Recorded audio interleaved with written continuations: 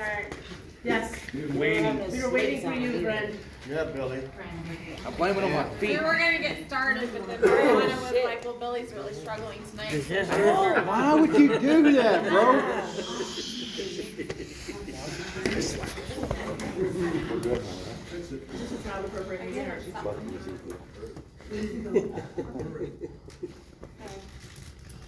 Alright, welcome to the 2021 CA Campout meeting of Cocaine Anonymous. My name's Melissa, I'm an alcoholic. Melissa. Let's open with a moment of silence, followed by the Serenity Prayer. God, grant me the serenity to accept the things I cannot change, the courage to change the things I can, and the wisdom to know the difference, please. Cocaine Anonymous is a fellowship of men and women who share their experience, strength, and hope with each other that they may solve their common problem and help others recover from their addiction. The only requirement for membership is a desire to stop using cocaine and all other mind-altering substances. There are no dues or fees for membership. We are fully self-supporting through our own contributions. We are not allied with any sect, denomination, politics, organization, or institution. We do not wish to engage in any controversy, and we neither endorse nor oppose any causes. Our primary purpose is to stay free from cocaine and all other mind-altering substances, and to help others achieve the same freedom. We use the 12 steps of recovery because it has already been proven that the 12-step recovery program works. It is a custom in Cocaine Anonymous to read "We Can Recover," taken from Hope, Faith, and Courage, and I have asked someone to read for us. Yeah, yes. You can recover? Yeah. Okay, Yeah. all right. My name's Daniel, I'm an alcoholic. Yeah. Welcome to Cocaine Anonymous. We are all here for the same reason, our inability to stop using cocaine and all other mind-altering substances. The first step towards solving any problem is admitting that there is a problem. The problem is we see it consists of an obsession of the mind and an allergy of the body. The obsession is continued and irresistible thought of cocaine and the next high. The allergy creates an absolute inability to stop using once we begin. We wish to assure you that there is a solution and the recovery is possible. It begins with abstinence and continues with practicing in 12 steps of recovery, one day at a time. Our program, the 12 Steps of Cocaine Anonymous, is a means by which we move from the problem of drug addiction to the solution of recovery. Number one, we admitted we are powerless over cocaine and all other mind-altering substances, that our lives will become manageable. Two, we came to believe that a power greater than ourselves could restore us to sanity. Three, Made a decision to turn our will and our lives into the care of God as we understood it. Four, Made a searching and fearless moral inventory of ourselves. five, And then to God, to ourselves, and to another human being, the exact nature of our wrong. six, We're entirely ready to have God remove all these defects of character. seven, Humbly asked Him to remove our shortcomings. 8, Made a list of persons who had harmed and became willing to make amends to the harm. 9, Made direct amends to such people whenever possible, except when to do so would injure them or others. 10, Continued to take personal inventory when they were wrong, when we were wrong, promptly admitted it. 11, Sought to prayer and meditation to improve our constant contact with God as we understood Him, praying only for the knowledge of His will and the power to carry that out. 12, Having never had had, a spiritual awakening, as a result of these steps, we try to carry this message to addicts and to practice these principles in all of our affairs. all of them. Cocaine Anonymous is a spiritual program, not a religious one. In CA, we believe each individual can choose a higher power of his or her own understanding. No one comes into Cocaine Anonymous to find God. But you will. We came into these rooms to get rid of a terrifying drug habit. Look around this room. You are surrounded by people who came as last resort. We came into this room's emotional, financial, and spiritual bankrupt. We have experienced all sorts of tragedies as a result of cocaine, drugs, and or alcohol. We have lived many of the same horrors you have, yet today we are free from the misery and terror and pain of addiction. Maybe some of us were worse off than you, maybe some of us didn't hit as low a bottom as you. Still, the fact remains that those of us who are recovering have come to believe that a higher power of our own understanding can restore us to sanity. There is a solution.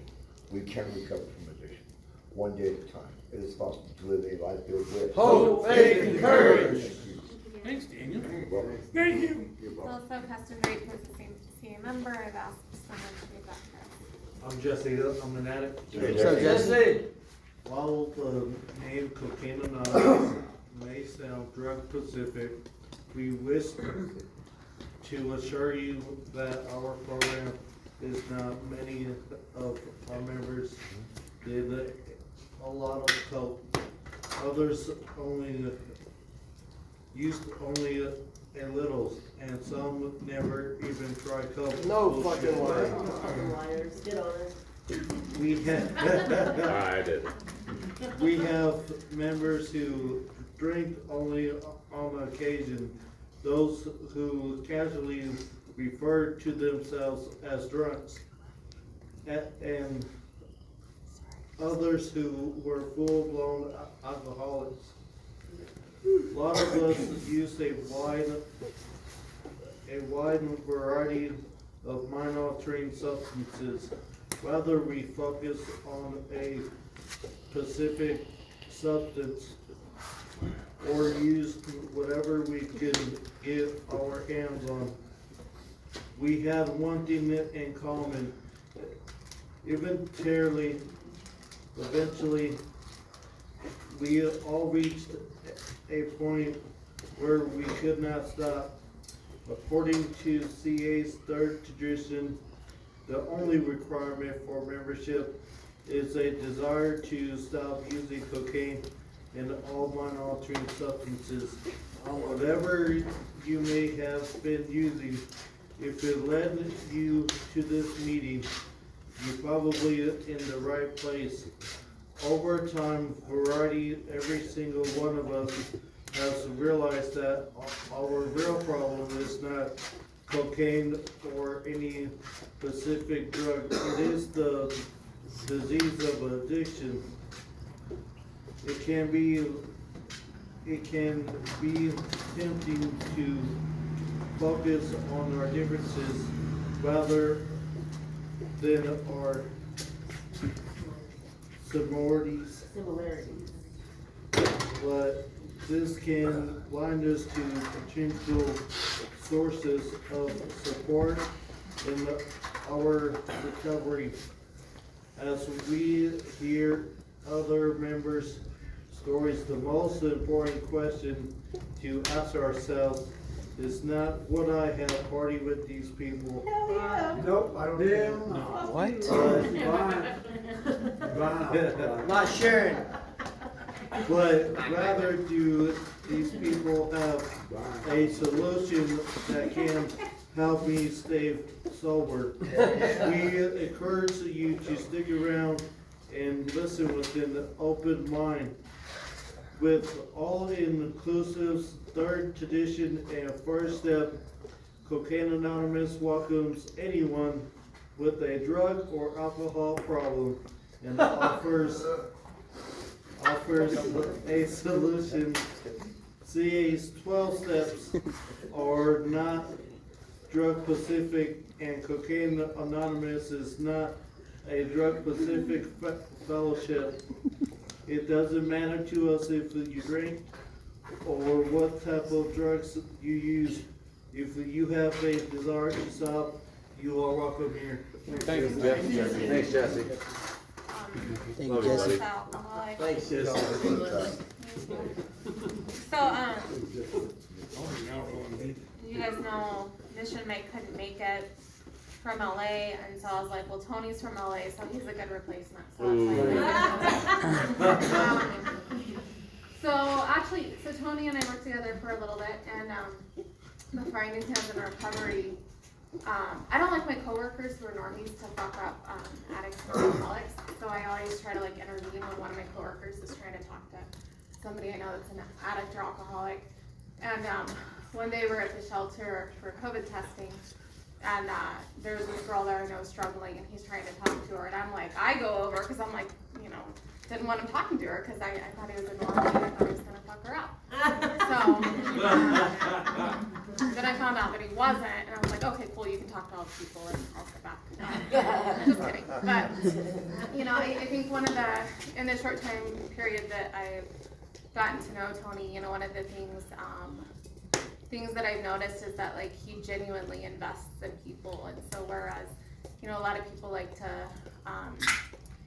go knock 30 things off, 30 different tasks they have to do. Like, he will go find that one person that he knows if he sits with, even if it's all day long, like it's, it's worth something. And so I like that. Like, he's willing to, like, doesn't matter like who you are, he's gonna sit with you all day if he feels like that's gonna help you. And I think that's cool. That's why we're all here, and that's how we're all here too. So, and you guys would have had cold food last night if he didn't decide to use the grills in the oven and warm up the meat. So he gets bonus points for that too. Yes. All right. So I'm excited to hear your story. I've heard a short version of it, but I know most of you guys probably don't know any of his story. So we'll shut up and listen. All right. Thank you, Melissa. Thank you, Melissa. What an intro, my God. Well, don't fuck up my people. Right.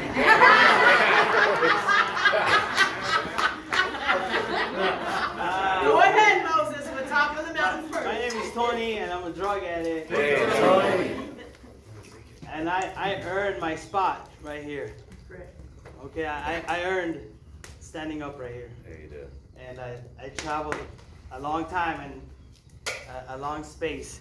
I've never had such a beautiful backdrop to a meeting, man. No. This tops them all. This is the top for me, man.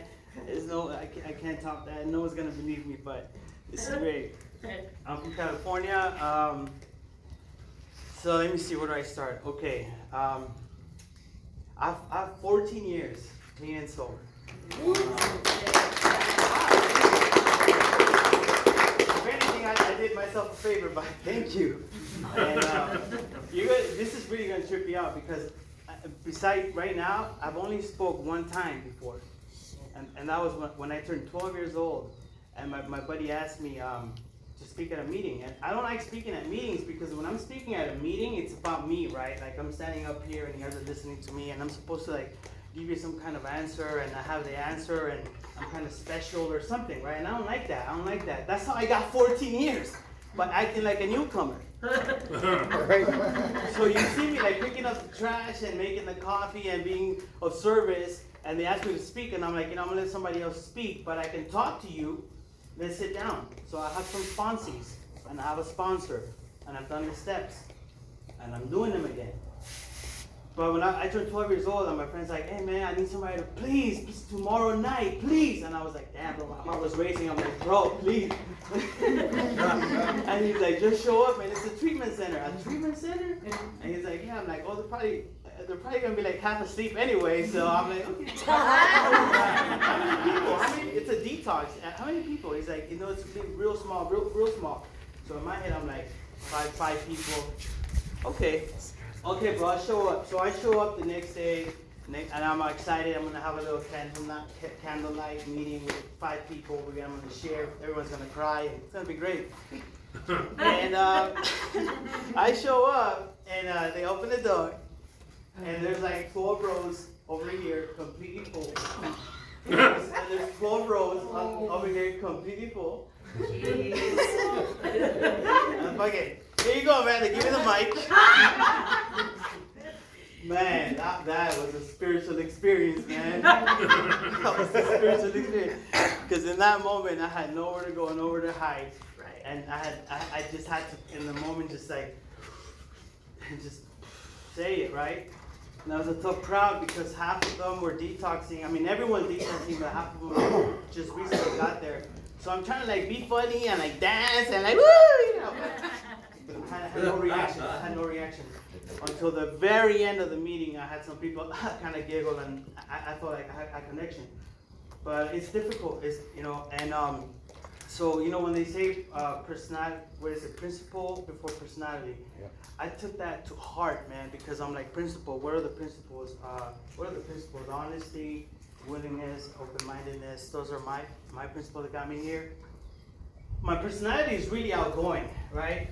I'm really outgoing. I talk about anything. I talk to anybody. I make friends real easy. I'm like, what's up? I love your shoes. Oh my God, let's go, and we're best friends. Right? So many of you guys experience that. I'm like, best friends, let's take a picture. picture. Oh my God, you have a snake. Cool. Yeah. You know, so that's me. That's my personality, and I can come up here and show you that personality, right? It's a personality, and it's like, hey, it's Tony. It's the Tony Show. Hey, welcome to recovery. Follow me. That's a personality.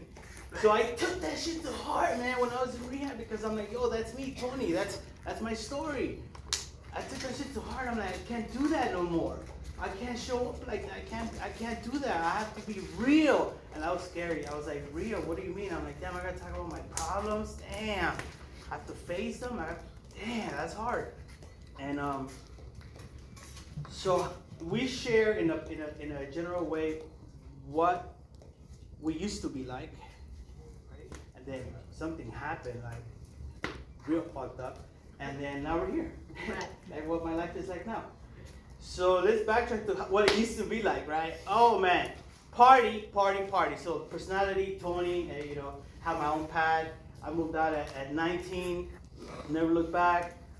By 22, I have my own pad right there in downtown LA, right by the Starbucks. I worked at Starbucks. I had a house full of people all the time. A refrigerator packed with Starbucks sandwiches that I used to get, right? And people always came over to my house, like, party at Tony's house. Hey, you going to Tony's? Hey, you going to Tony's? You going to Tony's? Oh, you know? And I was like 22, 23, 24, 25. At 26, my alcoholism and drug addiction really took over at 26. It was really, really bad because nobody came over to me. It was like, you go to Tony's, now fuck that fool. He owes me money. He took my girl. He wrecked my car. Like, you know, this fool, you know. And so it was real lonely. At 26, nobody was coming around. I was full-blown, messing around with drugs. I don't really like to talk about the drug log, and because we're here, right? You know. So point is, I couldn't stop. I just couldn't stop, and I had this really important fucking interview, man. It was, dude, you know, and it was really important that I was there Monday morning, man. I was like, fuck, it's Friday. I just have to make it to Monday, make it to the fuck. And I missed it, man. And I was like, ugh, I was like, that hurt me. Like, that was my shot. And I was like, damn, I can't, you know. And then I went out partying, and I'm driving, and I wrecked my car. Boom, right? I wrecked it. And it's $5,000, my whole life savings, to fix this car. And I'm like, damn. So then I lose my girlfriend, I lose the car and the job, and you know, this seem like trivial things, but when that's all you have, that's your life. So I lost it, and then I was walking the streets like this downtown, and I'm homeless, right? And I got my drug in my hand. I'm crying, and I'm like, what am I gonna do? What am I gonna do? So I say, you know what I'm gonna do? I know what I'm gonna do. I'm gonna stop everything, right? I'm gonna stop it all. So I wrote a note, dear diary, today is my last day. And I folded it up, I put it on the coffee table. And yeah, man, I killed myself. So I did that, and that was tough, man, to do that. Obviously, I'm not dead, unless you guys are like hallucinating, and I'm a ghost right now, right? The next day I woke, I came to, and I was full of vomit, and I remember I asked for help. That day I asked for help. I was like this, dude. Oh wow, how fantastic with this background. Look at that. I was like this. I was like, please help me, God, right? Like, just God, help me. And I was like, and I remember somebody asked me like, who did you, what God? And I was like, all of them, dude. I need help from all of them, all you gods, everything, all the spirits, all the religions. I need help. Like I'm trying to like kill myself right here. And then I heard a knock on my door, like, you know, pum, pum, pum, and I was like, oh man. And then I heard my name, Tony. And I was like, oh my God, I crossed over, dude. I'm fucking dead right now. I'm hearing my name, you know, I'm hearing my name. And it was my two friends that came over to play video games.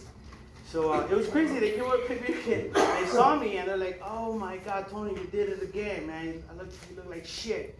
So they call my mom and they're like, hey, your son did it again, man. He's all fucked up. He needs help. And so that did not stop me. That didn't stop me.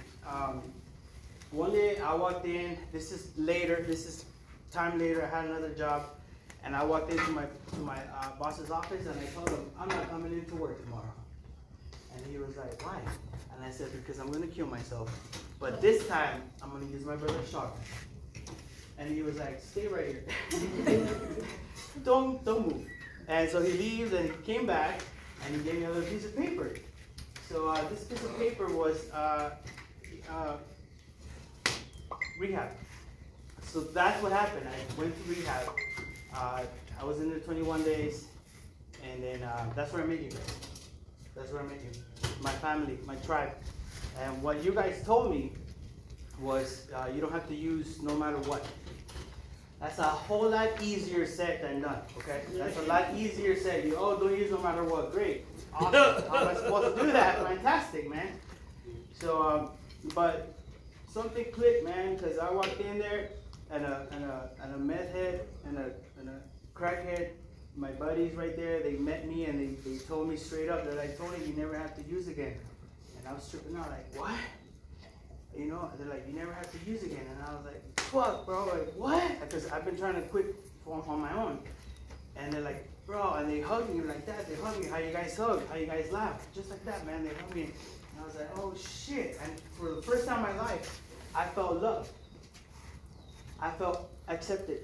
I felt welcomed. I felt, okay, it's gonna be all right. And took out, man, like, it's been 14 years and I've been on that trip. I've been on that same trip, just holding on, doing what's suggested. It's a pro, you know, they suggest you should do some things. And I just do it. When they call me, I show up, you know, and so that's what happened. Then I got clean and sober, went to rehab. 4 years later, I'm clean and I'm sober and going to meetings, whatever. But at 4 years, woke up one morning and I was like, when was the last time I went to a meeting? You know, I started asking, when was the last time I went to a meeting? It had been 3 months. And I was like, damn, 3 months? I haven't gone to a meeting in 3 months? For me, that's a long time. And I was like, damn, you know, and it was 4 years. And I was like, damn, dude, and I felt like I was going to relapse. I felt it. I felt the urge. The triggers were there. You know, it was intense. So I decided I'm gonna go and work. And I'm gonna go in this field. And that's when shit got real, man, because I didn't go right into rehab. So here is my story. On the 4th year, I went to be of service to the most vulnerable population, right? These are handicapped individuals that need help, like real help, to eat, to change themselves, to dress, to cross the street. And I was only there for 1 year, but in that year, my heart, man, I felt my people, I was like, man, they need help, man. And that was the beginning of my recovery. I was there for 1 year. After that, I went to this place called Share in downtown. And there I learned that 12 steps and self-help is not only 12 steps and self-help. I learned that it's mental health. Fucking surprise, right? Who would have figured a disease of the brain that's in the brain? You know? Wow, what a concept, dude. Are you serious? It's mental health? Whoa, dude. But, you know, I learned about other 12 steps, and I learned about, you know, other types of help that you can be of service. So I did that for a year, and I've been doing, you know, after that, it felt good, but I wanted to be in this field. I wanted to be of service. So they told me, okay, you actually need a education. So my sponsor said, you should probably go back to school. And I was like, school, dude, I'm fucking 30, bro. What do you mean school? Like, I don't want to sit in a classroom, man. I don't want to do it. And he's like, there's no other way around it. You have to do it. So I went back to school, and I'm sitting there, and I don't like it. I'm sitting in a classroom. I'm super distracted, you know, and in a classroom, me, with my personality and everything, I just can't do it, man. I'm talking to everyone. It's really hard for me, right? But I did it. I got my AA in Human Services, Drug and Alcohol Abuse. And I'm like, yeah, I got it. I told my sponsor, I got it. Now what? And he's like, well, get your bachelor's. I'm like, what? Damn, right? I'm like, okay, fuck it. But now I'm working in the field, And I get my bachelor's online. Thank you, God, for online. Thank you, because online there's nobody around. It's just me, man. I'm just fucking like, I can't get distracted. You know what I mean? I'm just fucking, it's just me, dude. You're talking to yourself. And, no classroom. And so I finished, and I'm like, dude, I did. Just told my sponsor, I'm like, I fucking did it, man. I got my bachelor's. I can do this, man. Now what? He's like, fucking get your master's. Oh. I'm like, what? Are you kidding me, dude? Come on, man. Oh. So here I am, back in the online, baby, online. He said, I'm doing it as it's suggested, right? Suggested I do it. So I'm fucking over there, fucking doing it and everything. And then I fucking did it, right? This past December, I'm like, fuck, I got my master's, here it is. Now what do you want me to do? That's awesome.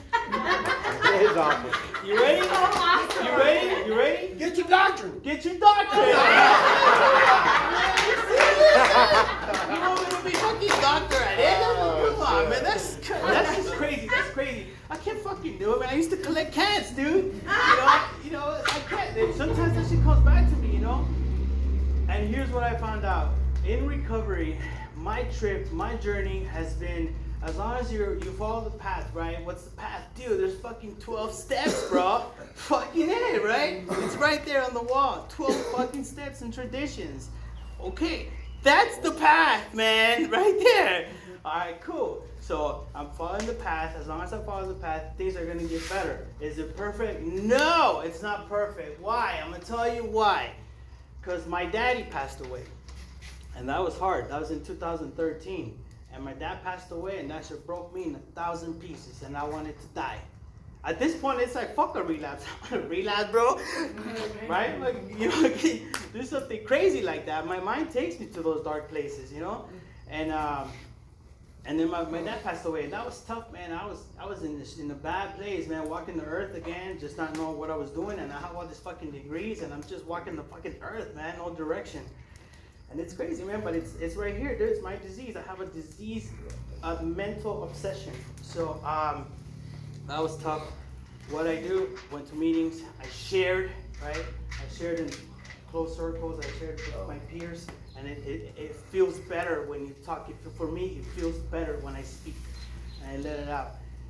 And that was cool. So then my brother passed away, and he was only 41, and he had a stroke. And that was 2 years ago. And that right there was like intense, man. I know you guys have people that used to experience that. I know I'm preaching to the choir. I get it. We're all in the same tribe. And but that was intense for me, man. That was 2 years ago.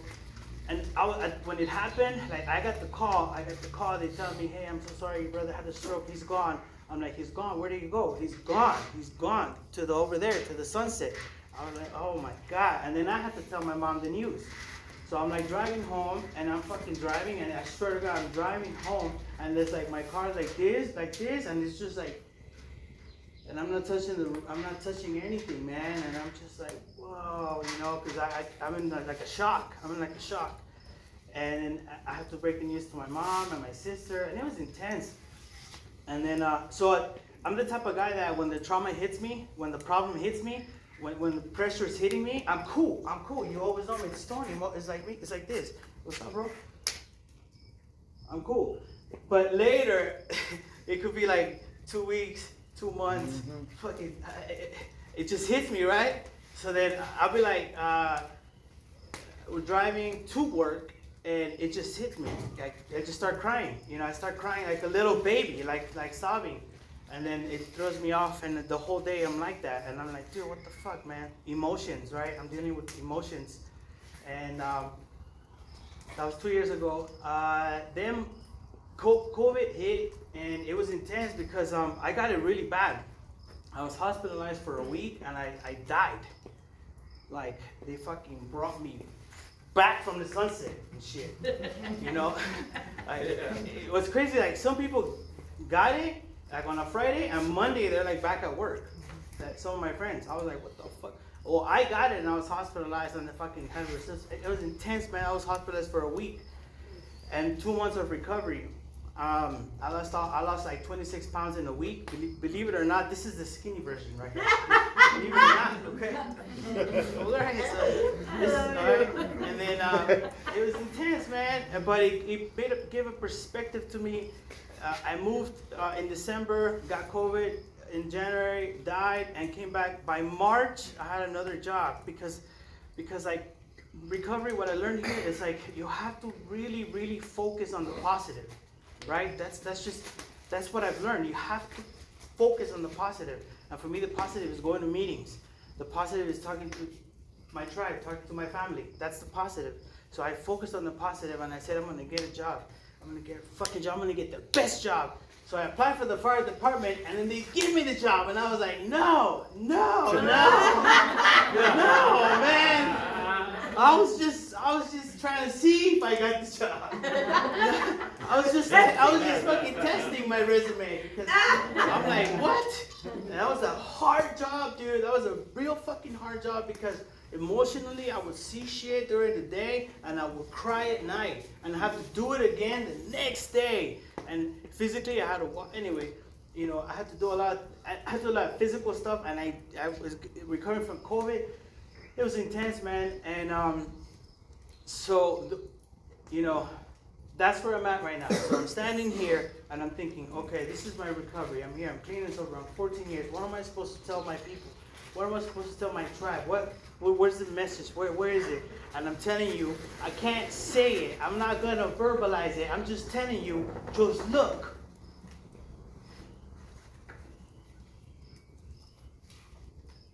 Around you. Okay? We are living proof that this works. Okay? And I'm not going to get too scientific because I'm not even going to touch that subject, but my thesis was on the regeneration of the brain that we damaged from drug use, and science cannot explain it. There's no explanation why this works. They've done so many research, they've done years and years, they cannot explain why this works. And medicine, modern science, pills and drugs do not work, but this works. They can't explain it. And I got chills right now because I'm living proof. I'm clean and sober, and I'm a productive member of society. And I'm present because when my father died, I was present for my mom. Because when my brother died, I was present for my mom. And that's the point of recovery, that you're present for people that love you and that you love. That's been my journey. That's the whole point of recovery, is to be present when we were never around. You can never find you. You're somewhere in the bushes over there. On the other side. See that lake over there? You're on the other side of the lake, okay? You're supposed to be here, and you're not, right? You're never to be found. That was my story. I was never found, ever. And now I am. Now I am. I'm present, and my secret is I don't count the years. 14 years. Wow, I'm a fucking messiah. No, dude.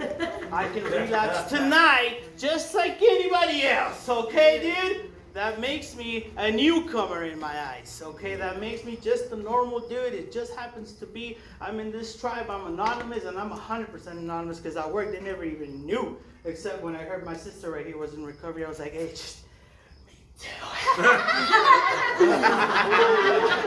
was like, hey, I go to meetings too. But everybody else, like, I'm totally anonymous, right? It's none of your fucking business. That's why. I'm totally anonymous. I walk into a show, I walk into a concert, I walk anywhere I go anywhere I walk. I got this tatted in New York City by myself. I'm walking the earth like this. I'm walking like this. I'm bleeding from my hand. I'm walking like this, man. You know what I mean? I'm anonymous. Everywhere I go. This is my program for me. The moment I say something and the wrong person has no idea about it, they're going to talk shit. They're going to say it doesn't work. Those people are this. Those people are lazy. Those fucking people this. Dude, that's going to piss me off. If you talk like that about my people, oh, man, it's going to piss me off. So I'd rather just be like, yeah, man, yeah. Yeah, man, yeah. Oh, I'm not drinking tonight. I'm driving. Yeah. You feel me? Yeah, man. Nah, I'm allergic to that shit. Actually, I gotta go, man. I gotta go. You know, and that's it. I'd rather be here. So that's where I'm at. I have no idea how much time I have left, but truth be told, this is the second time I speak in 14 years. Okay, might be my last one. I don't know. Because I really don't like doing this. I really don't. I really don't. Okay. Melissa asked me last night, and she asked me in front of John, and she's like, "Hey, can you speak tomorrow?" And I was like, "Well, yes, of course, man, of course. If they ask me, I'm gonna do it. If they ask you, it's because they have a story, because they want to hear your message. Of course, dude, of course. I'm never gonna say no. But if you act like a newcomer all the time, and you're of service all the time, people just assume you're like a newcomer." Right. And that's cool, man. And that's cool with me. So, so for me, time is just a day. I just have a day. Okay, I have 24 hours. I can't fuck up. I'm not gonna use. I'm not gonna drink. I'm not gonna kill myself. You know, that easy. Those 3 things. Don't use, don't drink, don't kill yourself. Hey, we got a winner. You know, and lately, this is the last thing I'm gonna share. Is lately I've been doing a lot of reflection. Because back in my disease time, I had this crazy power of talking shit, you know? I would talk, my mouth, I would talk and I would hurt people really bad. You know, it's like a fucking gift I have. Like God gave me this gift and I can destroy you with my mouth. And I used to use it in my disease. I used to use it all the time. I'd be like, you know what, man? And the things that would come out of my mouth, the person was just like, holy shit. Right? And I would do that a lot. And in recovery, I've been working really hard, man, really hard. I don't do that anymore. And just recently, it's like rearing its ugly head, you know. And I've been doing it lately, you know, with family. And I can sense it. I can see like their eyes, like, oh shit, like this was back, right? Oh no. You know, I can see it. Like all the red flags go up, and everybody's scared. I'm like, no, man, fuck, don't be scared of me, man. Fuck, man. And see, that's my disease. But I'm working on it. I'm still working on it. 14 years later, I still have to work on the steps, talk to my sponsor, be of service. Hello, and the good news is, so fucking Mr. Do It All Right. I got fired from the fire department last week. Okay, why? Because I don't follow orders. I'm late, and I don't give a fuck. And that's a fact. That's a fact. That's exactly what happened. That's the truth. I'm being honest. I'm speaking the truth. I could say, oh, because they don't understand me, or because I'm a victim. But the truth is, I didn't give a fuck. I was like, I don't give a fuck. So, well, there you go. Grab your shit, pack your shit, get out of here. And I was like, fuck. Okay, I got escorted out. As I was just being escorted out like this with my little bag of shit like that, I was like, in my head, I was like, man, I've been here so many times, man. I can't believe this happened again. And I fucking take my little box home, and I call my mom, and she's like, let me guess, I got fired. She knew already. And but it's all good, because check this out. This is recovery. So I could have cried. I could have blamed myself. I could have been a victim. I could have done some real stupid shit. Slashed some tires. Spray paint some buildings. I don't know, man. Some dumb shit. But instead, I got home and I was like, God, what do you want me to do? Because I fucked up. What do you want me to do right now? I was like, you know what? Fuck it. So I picked up the phone and I called a psychiatric hospital. And I've been scared to apply here because that's like the top shit. That's like doctorate level shit. And I called and I was like, hey, y'all hiring? Because I just got fired, man. Yeah, and then and she remembered me. She's like, yeah, you applied with us 3 months ago, and we offered you the job, but you went to the fire department. What happened? And I was like, nah, it's not for me, man. I want to work with you. And you know what's crazy? They're like, okay, cool, you're starting next month on the 19th. And I was like, whoa, bro, are you serious?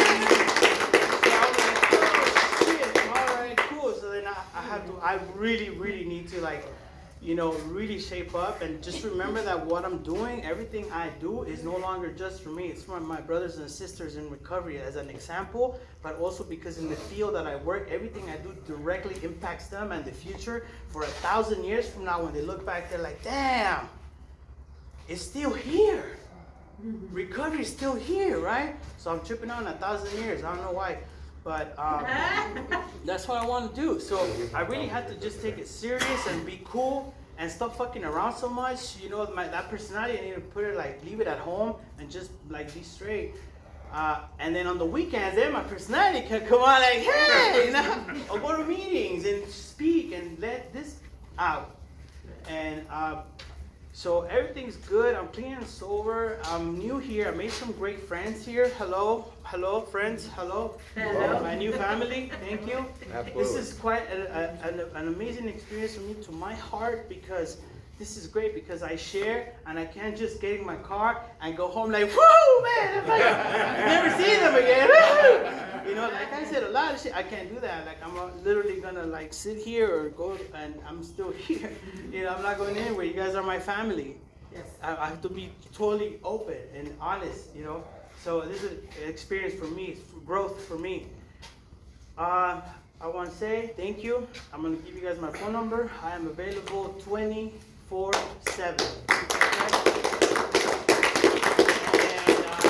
thank you for the opportunity, guys. Thank you very much. I have no idea how long I went, and and God bless you guys. God bless you guys. God bless you.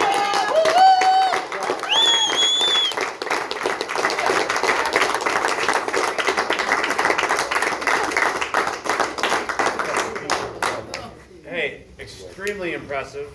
Yeah. You need to share more. Yeah, what's your name? Yeah, what is Oh, Mariano, alcoholic addict. Thank you. What's up, Mariano? Thank you. Like, I felt something. It wasn't just you. I felt a presence. I felt God speaking through you, and I really appreciate that. For the second time ever doing that, impressive, dude. You have a gift of you have many gifts, but you also have a gift of gab. And we could use more of that in this area, because you have a voice and people need to hear it. Yeah. And I thank you, and you can have my number too. But I appreciate that. I appreciate Oh, it. here we go. Here we go.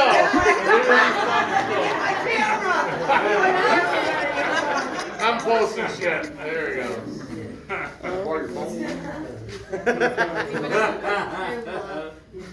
Any questions? Yeah. Comments or?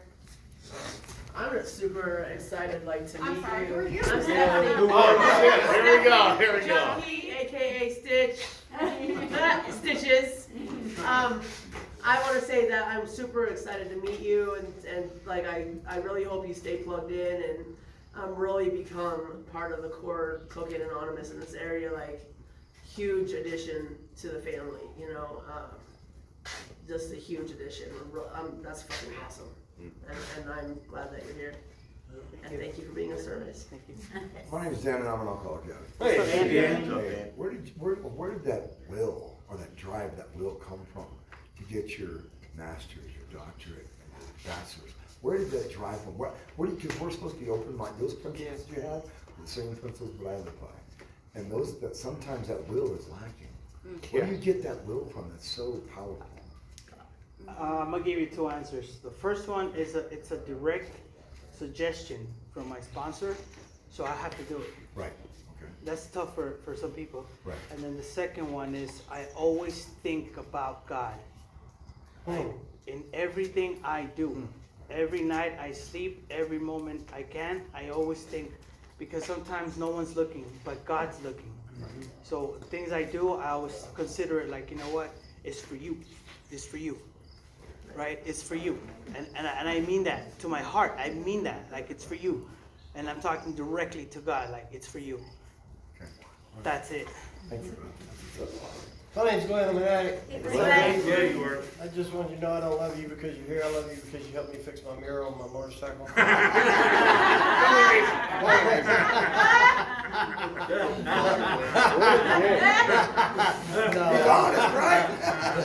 No, man, that was a great. I just thought I'd throw that in. Man, I love you, bro. Glad you're here, man.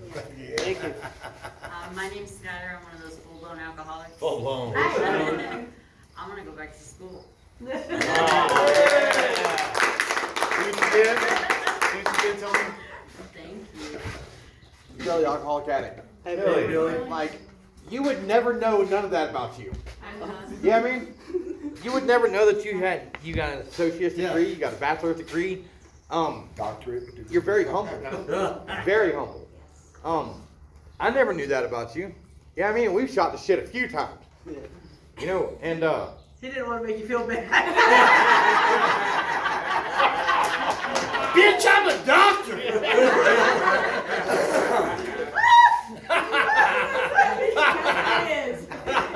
yeah, man, but I love you. your humility is just—it's uncanny.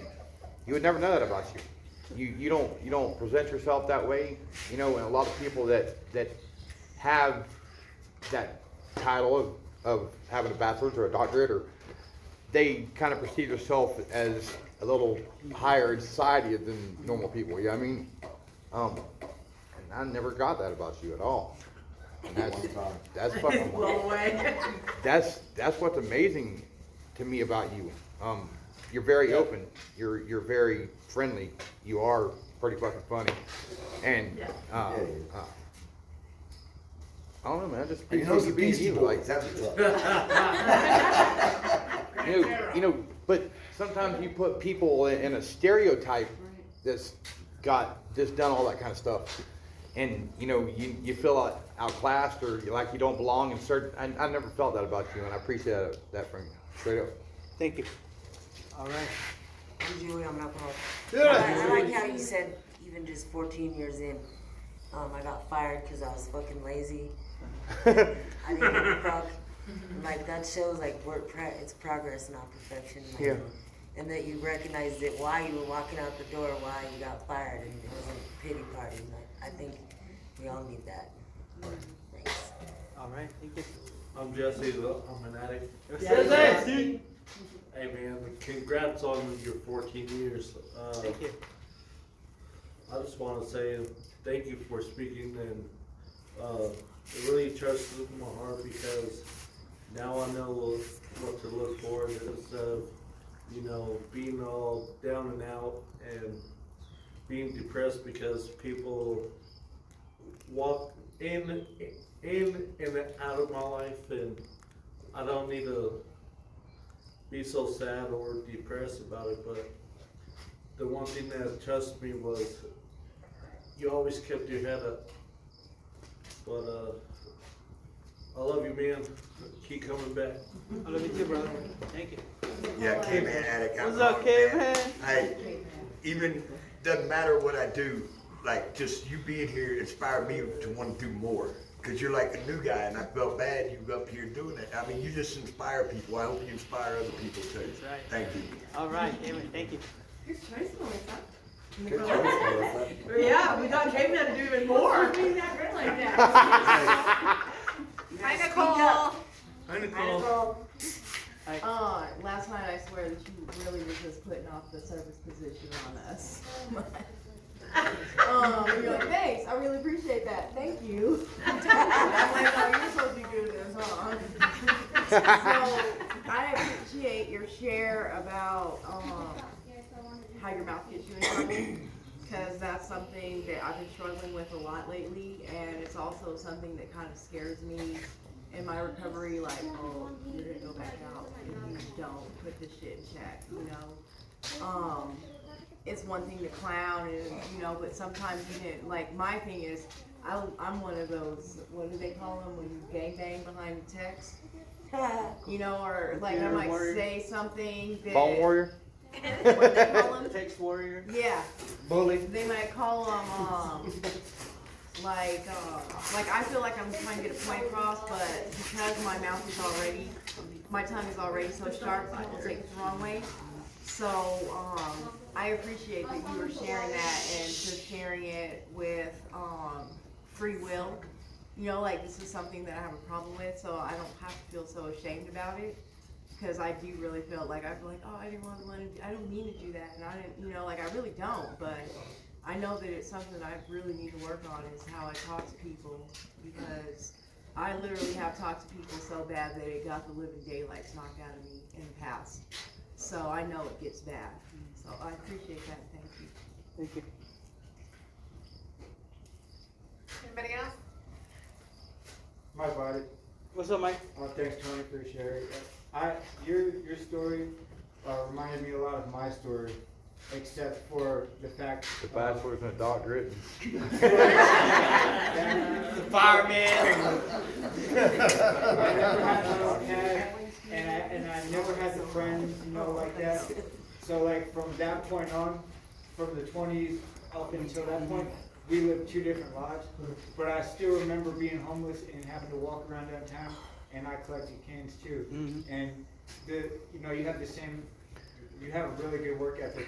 I probably have a similar work ethic because I do take a lot of suggestions, stuff like that. But yeah, I think that you did a really great job. You really put your life together, and you're a good influence on people. Steve, alcoholic. Steve. I think it's great, man, that like you said you were working in downtown LA, and I just admire the fact that you didn't end up on Skid Row, man. Yeah. Because there's a lot of people that fucking end up down there on that shit, and so that automatically shows that you had some strength and some willpower, man. So to get to where you want to be in life today. And I'm glad that it touches so many people too, because it just goes to show that anybody can do it, especially in the situation you're in, just adapt and overcome, and life takes you wherever you want to go, just you got to put the work in. That's it, and I'm glad that you were able to show that, because how'd you get your doctorate and shit, you did it, you put the fucking work in. Yeah, you might have been told to do it too, but you know what? But it boils down to it, you're the one that did it. So that's why I wanted to, hats off to you for that, man. Thank for you. excelling in life like that. And that was a great share. Thanks, man. Thank you. Stephanie Junkie, I want to say one more thing real quick that just kind of hit me was not only like your willingness, like when your sponsor, you trust your sponsor with your life, obviously, to navigate you through from whatever you were at to where you're going, and you said it's a suggestion. I had to do it. I love that, and I think too, like that kind of calls the sponsors out too, and it says like it is your job to help these people to navigate their way into a lifestyle of not causing harm, and so it kind of like that's a lot of responsibility for people like us. You know what I mean? But when we do have those sponsees that do listen to us and do put our, you give them a suggestion and they take it, they do it. We need, we should expand our horizons. If there's a part of their life that's causing harm, we should be able to have those hard conversations with our sponsees. So I appreciate that. So it's, there's something to be said about that. We have, she's just learning how to sponsor, and I said, stop giving them a timeline. Just give them an assignment, and so she did, and there's follow through there. And that's someone that you want to help right away, but their willingness to just like, I like that viewpoint. It's my sponsor. They told me to. I had to, But all the way to a doctor, like that's fucking amazing. So, but yeah, very cool. Thank you. Alright, reaching out. Hi, Tira. I'm Tira. I'm an addict and alcoholic. I made it into this program because someone else worked their 12 step on me. Someone passed it on to me. Someone was out there after they got clean and sober, caring about others. I need to never forget that. Had they simply gone on with their lives and forgotten about people like me who are still out there using and suffering, I wouldn't be here today. My gratitude begins with that fact. It is with that gratitude in mind that I reach out to others, especially the newcomers. I need to have them in my life. That's where my spirituality begins. For me, spirituality comes from caring about others. I have found that the more I focus on improving the quality of lives of others, the less I am into myself and my will. I feel a freedom and peace from within. The gifts I am beginning to receive in my life are greater than I could ever have imagined. Something else I've done is that I've forgiven myself. I've forgiven myself for being an addict. I've forgiven myself for all the damage I did to my life, to my physical health, and to my career finances. But most of all, I've forgiven myself for all of the horrible, negative, and unloving things that I have felt about myself. It was not until I offered and accepted my unforgiveness that I was truly able to grow my spread. Thanks, dear. Let's pray. Great.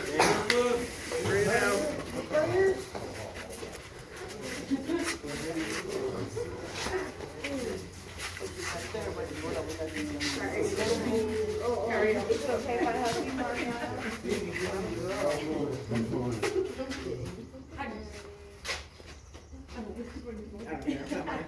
You wanna take us out? Yes, let's say the waiting person of serenity prayer after a moment of silence for the addict suffering.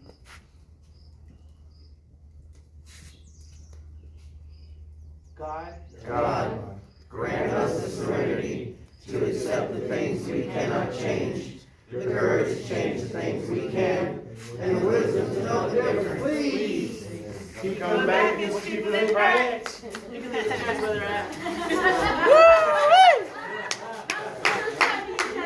great meeting, guys. Good job, buddy. Great meeting. Ain't gonna soon forget you, man. Doctor. That's this guy. Hey, hold on for a second. Did anybody find Marshall's hat? Was a brown one?